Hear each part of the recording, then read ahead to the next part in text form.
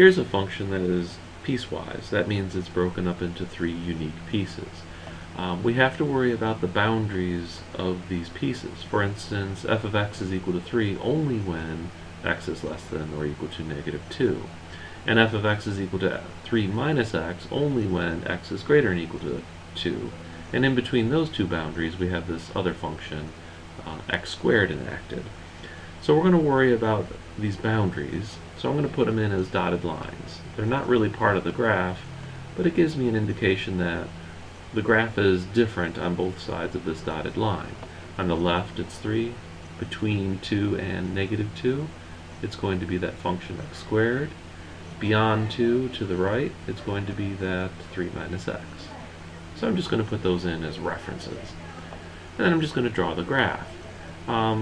F of x is equal to 3 is a horizontal line. It goes right through 3, but I don't want the entire thing. This one is only working from negative 2 to negative infinity. I'm going to put a solid point there because it's equal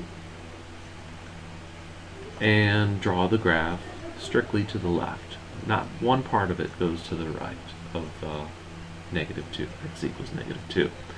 Alright, between negative 2 and positive 2, it's going to be the function x squared, so I'm just going to set up a little table for x squared. And we'll start off with negative 2. Negative 2 squared is 4, negative 1 squared is 1, 0 squared is 0, 1 squared is 1, 2 squared is 4. And then plot these points.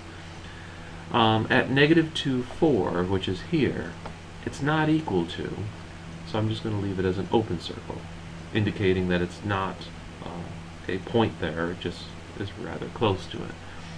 And then the next one would be negative 1, 1, 0, 0, 1, 1, and again here at 2, 4, we're going to have an open circle. And then I'll just draw a nice little sketch of a curve. Okay. And then lastly, we have this graph of 3 minus x. And there's two ways of doing it. You can plot the y-intercept and imagine yourself using the slope of negative 1, and then just only start drawing the graph as you pass this orange dotted line. I prefer plugging in the boundary and seeing what happens. So if x is equal to 2, 3 minus 2 is 1. So we're going to get this coordinate right here. Since its x is greater than or equal to 2, we're going to get a solid point. And then the slope of negative 1 would be down 1 over 1 forever. So we get this nice straight line that goes down that way. And this would be the graph of the piecewise function f of x.